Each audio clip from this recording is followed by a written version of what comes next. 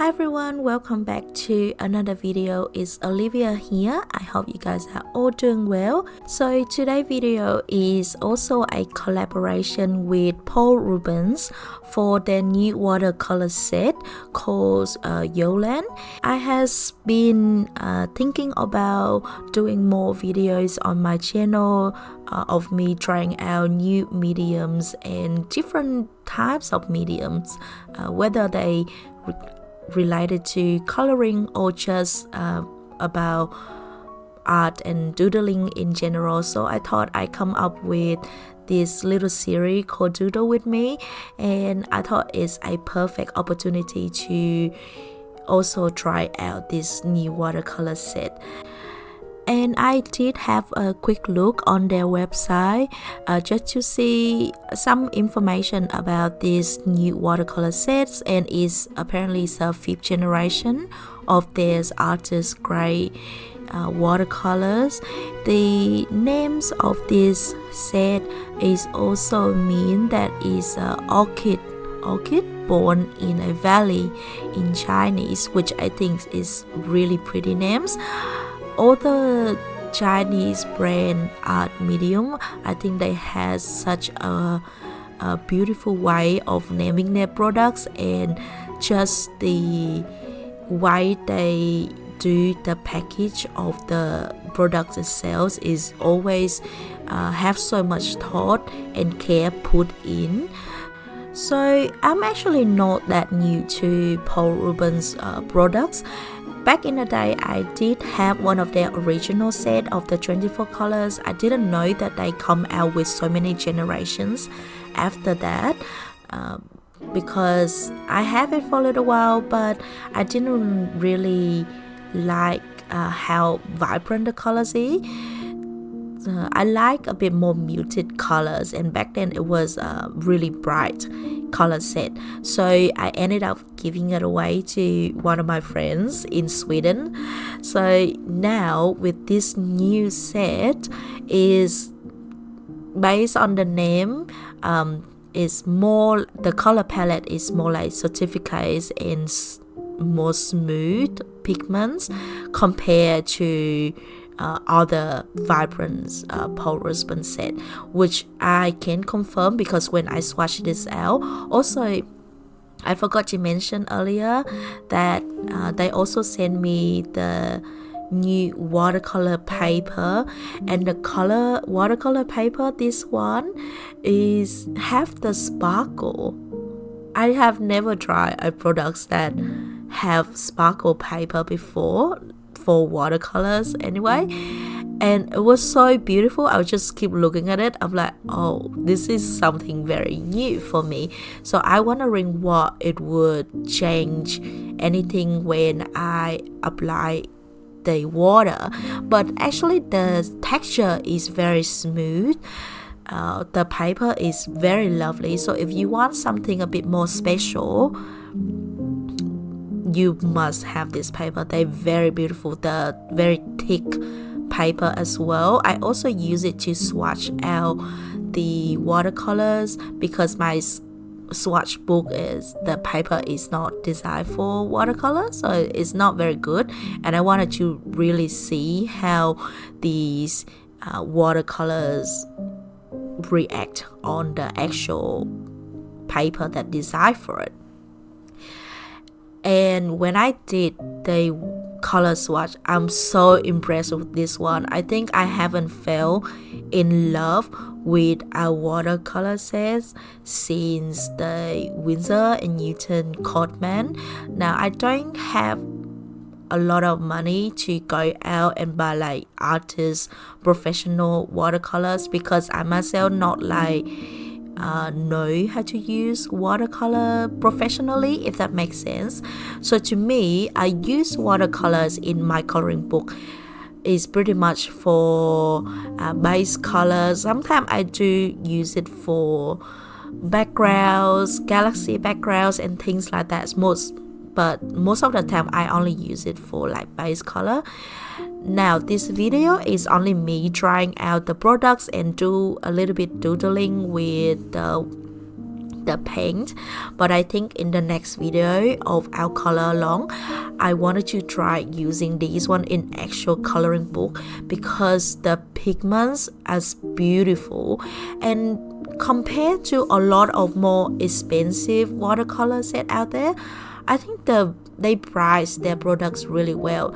Now this set, specifically of this set in Australia on Amazon, is about $50, and I think they are so affordable, and the products itself, the pigment itself is very pigmented.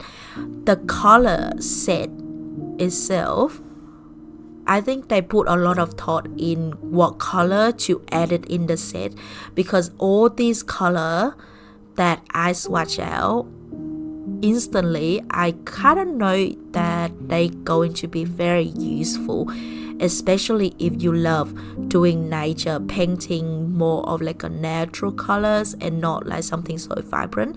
But there's enough vibrant colors for you to mix other colors as well.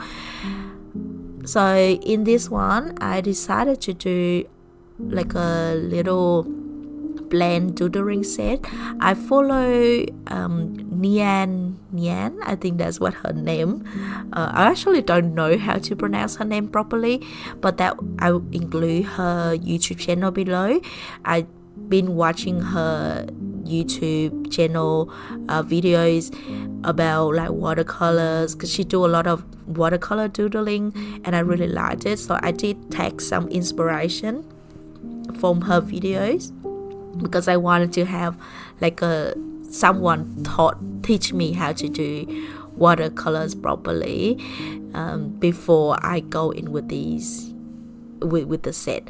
So I end up doing a lot of little plants in the pots, and some also flowers as well, but mainly plants, because when I swatch out, I really like their brown colors and their green. So I'm so excited to try out. I was like, okay, I'm gonna do some plants for this one.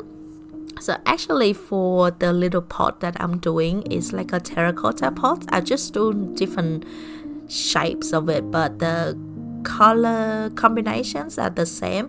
For this one, I didn't really have to mix a new color, because like I said, the color that I included are so well thought out that I was like, oh, I don't really need to mix a new color at all for this particular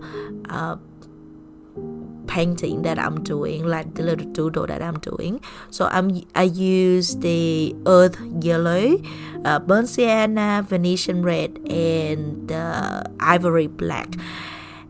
And I must tell you that even though the set that I have is only 24 colors, every single colors of it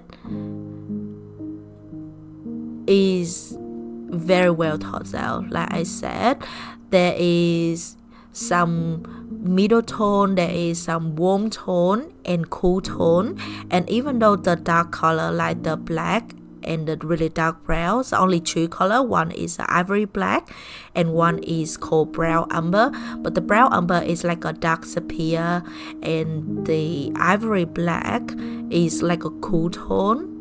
So you can mix so many color. You can do all sort of warm tone, warm gray and cool gray with it. You don't really need to have like a big set, because with watercolor you can always mix more colors. And these colors, I feel like when you mix them, they don't create a muddy color, which is one of the bigger issue back in the day when I just started out trying out watercolors. And I did buy a few cheaper set, a very low quality gray watercolor before, and most of the time they very muddy. But this set here, I must say that there is no muddiness in them. And the paper that I'm using, I'm just cutting it out, but it's the same paper that I was unboxing earlier. So the paper that from Paul Rubens are also really nice. Like you can do several layers of paint on top. They don't peel, they don't buckle, and they're very, very nice. I just have such a pleasant time using this set. And even though Paul Rubens did in fact send me this set, but they don't pay me to size. So all of these are my own opinion, my real opinion. I'm very impressed with them. I love using this one. I have such a fun time. So this one I let it dry, and the colors are really pigmented, but there's a little bit translucent, which obviously the watercolors are supposed to be. So I just go back in and do a few more layers on top.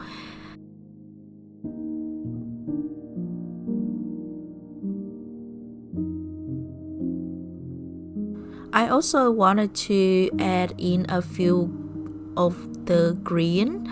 So I think this green I mixed was the olive green with a bit of lemon yellow, just for some mossy look, because I feel like they're so brown and they all look kind of similar.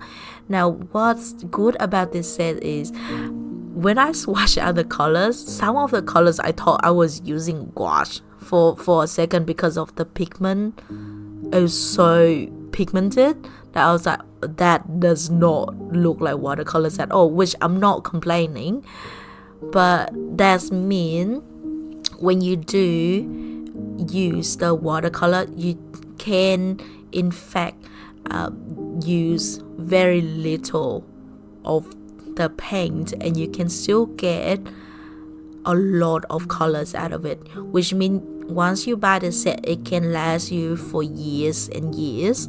So you're not like you wasting your money buying a lot of filler, because a lot of cheaper watercolor paint is full of fillers and they're very chalky. But this one I just really love that it's so pigmented that sometimes I can just use very tiny bit of the water, and instead of going on top with so many layers, I just use less water and I can get a really strong pigment straight away. Let's talk about the doodling that I'm painting here. Like I mentioned earlier, I'm going to do a lot of leaves, just plants in pots, because I really love looking at my plants lately, even though it's winter and they always kind of look sad because they are very cold. It's very cold here. I don't think they're growing very well at the moment. Their growth rate slowed down a lot, but some of my newer plants still doing really well. So in the last video I did the gloriosum leaves in one of my sketchbook with the color pencil. For this one it's still the same family, philodendron, but I do the gloriosum. Now I think I'm trying to do glorious, not gloriosum. So the gloriosum is crawling along the ground, whereas this one is grow up. So I think that's my idea of doing them, because I have one that next to me and I really like to look at it. So I'm like, okay, I'm gonna do this one, but because the next plant I'm doing is one that I want to do more like a cool, warmer tone green. So I thought for this one I do a bit more like a cooler tone green, and I was able to mix it with I think I used a copper turquoise and I mix it with a bit of oriental greens and then some blue, like a indigo blue for the darker, and that's what it looked like in the end. I really liked it. It's just a very simple shape, please, but it's like, it's have something special to it because I leave all the white space for the highlight. Now for this one I wanted to do a very warm tone.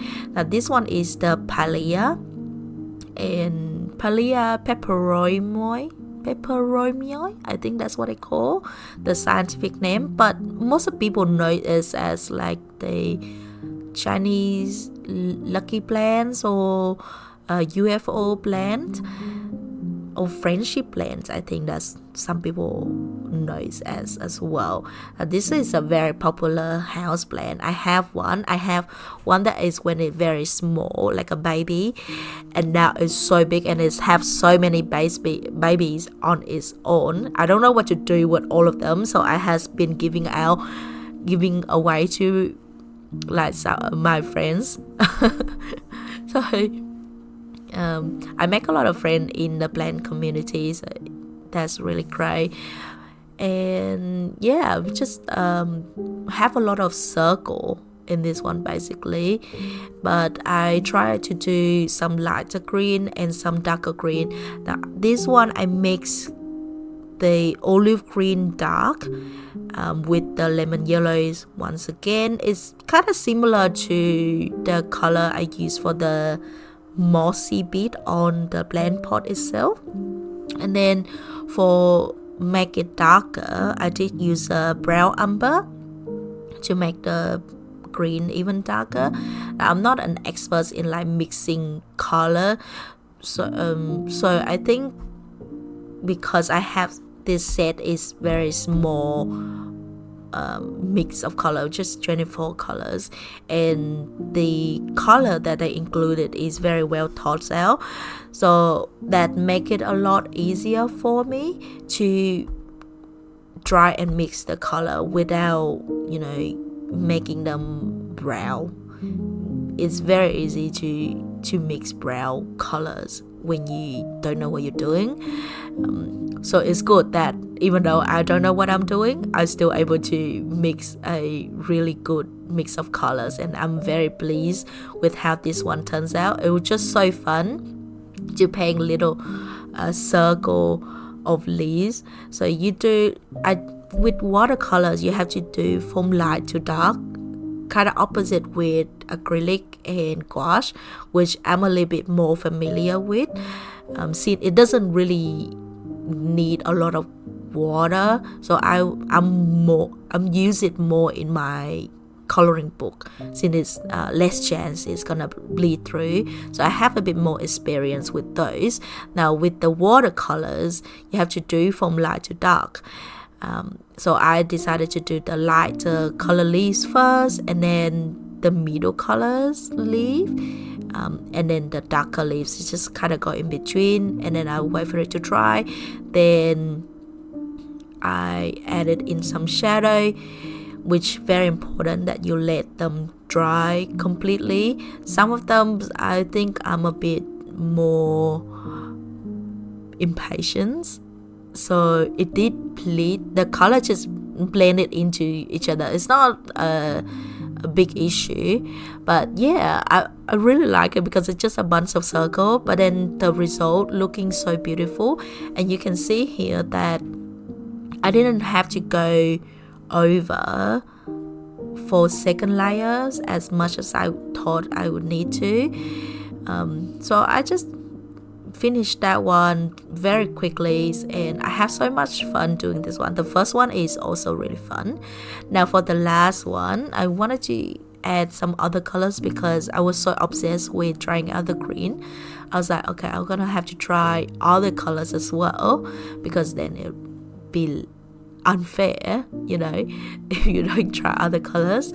So I did try the blue and purple and the pink. So I mixed the French blue with the dioxazide violet, and then the violet with the quinacridone maroon, I think, to create this set of a bit more like a cool tone, a warm tone purple, and then like a purplish red together.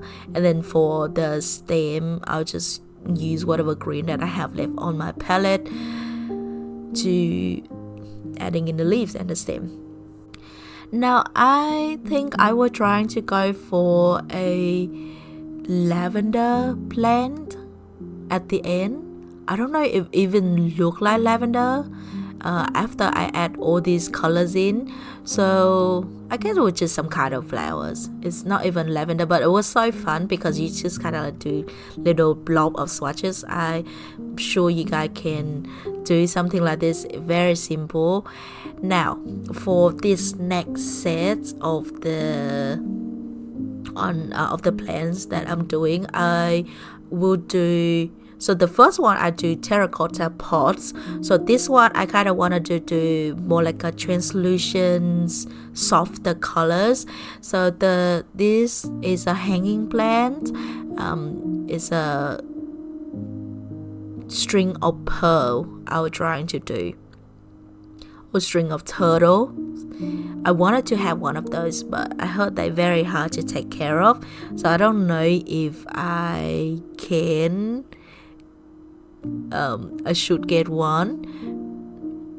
So let me know in the comment if I should get one. Are they good for beginner plant? Because I still consider myself like a beginner plant parents. I don't want to have to deal with too finicky plants. If they die, then I think I will get a bit discouraged. So for this one, it's just a bunch of little dots. I did sketch out the globe pot shape with the pencil, but it's very light, so you probably won't see it at the moment. And I'll just do again from light to dark, very similar to how I did the Chinese money plant, the UFO plant. So just do some light little dot along the string, and then I'll do a lot of darker dot together. Then I went in with a mix of indigo blue and phthalo blue. I mix it with a lot of water because I want it to be really light. Now, like I said, this set is so pigmented that I wouldn't say I have a bit of trouble with the lighter color, but I was just scared that it might look too dark and it would just doesn't look like, like glass anymore. But it turns out alright. You need to do a lot of more dot at the top because I found that it's really empty after that. Then I decided to do a little bottle, just a propagation bottle for the golden portals, the devil ivy, I think that's what they call in Australia, but everywhere else I think it's known as golden portals or epiramon. Okay, I would not want to say that scientific name because I can't remember. Epiramon something. But yeah, I'll just doodling a little clear bottle because I have a lot of propagations plants around my tables as well. I thought it looked really cute, and I just look at them and then I was like, okay, I'm gonna do a golden ivy. I used to have a really big one, and then for some reason when I was cleaning it up and repotting it last summer, I actually break the stem. So now I have bajillion of golden bottle vines just in little propagations containers everywhere. Whatever I can get my hands on, I just use it as my propagations. For the golden portal, the leaves, I use the mix of May green and lemon yellow. Then it's also some olive green mixed in with the brown umber because I want some of them is darker leaves and some of them is lighter leaf. Now when you do a really clear bottle style, when you want to add things inside the bottle, you want to have a little gap of disconnect where the bottleneck is, because if you just like go all connected the leaf, the stem, then it would kind of defeat the purpose of its inside the bubble and it's clear, if that makes sense. So I do a lot of lighter, really vibrant green leaves. I think it's this green is so vibrant, it's almost look neon colors, but I love it. It's like a chartreuse green, which is really nice that I can mix that myself. And it was just so fun mixing all these green. In the next one, I planned to do a bit of coloring with this watercolor set in Layla Dooley book, maybe, because her book has a lot of natural themes, a lot of leaves color, so I really wanted to do. And the paper in her book is slightly thicker than other book, which I think would benefit this for this kind of watercolor painting.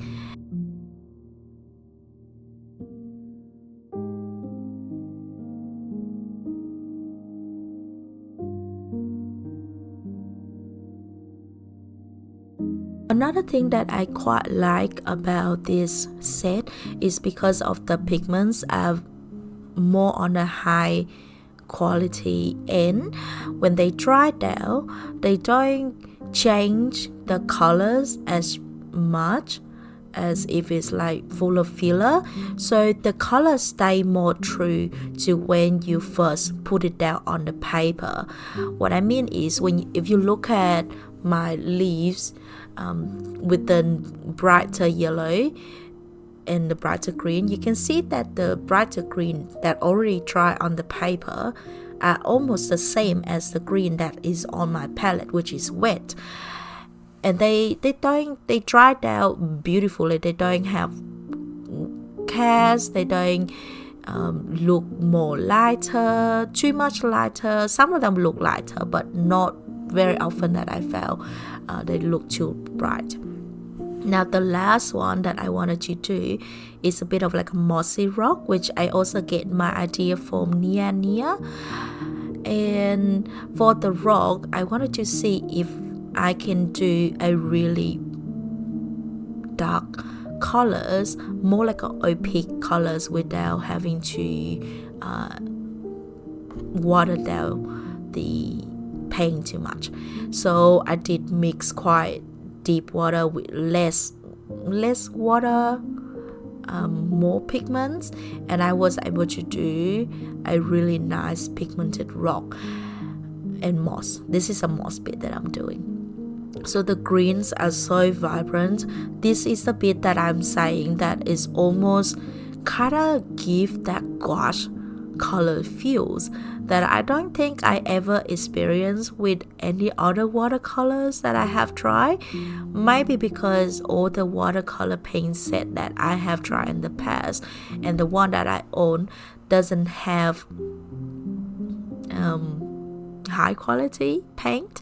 Well, I mean the Winsor & Newton one that I usually use, very well known for like decent price and decent quality student watercolor, but I think this one is pretty much on par with the Winsor & Newton brand, I dare say.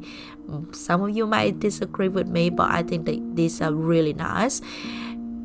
So this just means that I know if I'm going to use the watercolor in my coloring book, I don't have to use a lot of water, and I'm still able to get a lot of pigments out of it, which also means that there will be less chance that I have to do more layers to get the pigments, the colors that I want, the opacity that I want, and less chance that I'm going to destroy the paper, because a coloring book is not watercolors paper at all. If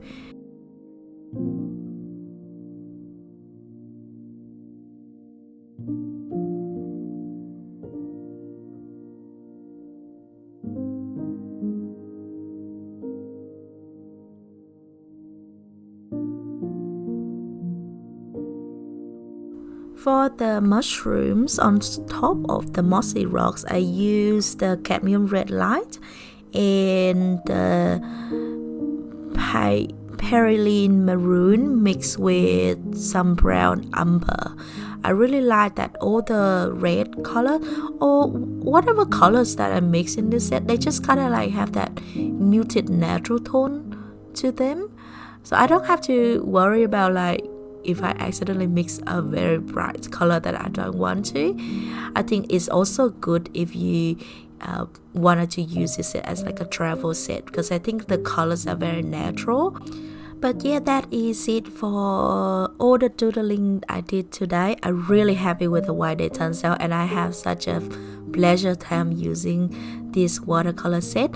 I will include all the information where you can get them in my description box. I also have the 15% code off if you decided to buy them on Amazon.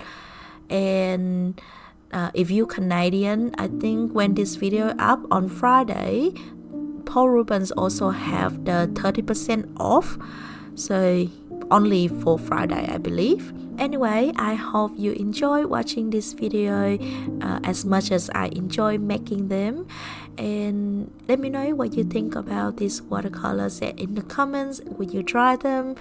And I will see you guys soon in the next video. In the meantime, take care and happy coloring. Bye.